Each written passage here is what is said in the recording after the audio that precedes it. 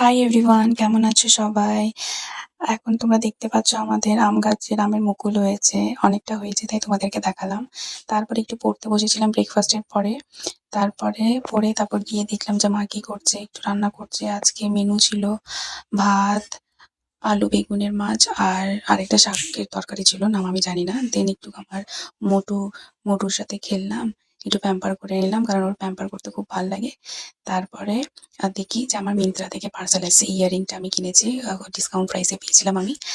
দেন আজকে আমি এক্সারসাইজ করতে যাইনি কারণ কালকে একটা জায়গায় যাওয়ার আছে, তাই আজকে আর যাওয়া হলো না। সেটার ব্লগও আসবে খুব তাড়াতাড়ি।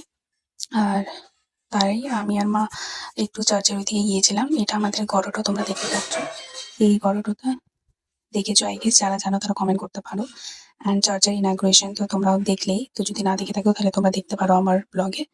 সো ঠিক আছে, আজকে ওয়াকিং করে এলাম, বাস এইটুকুই।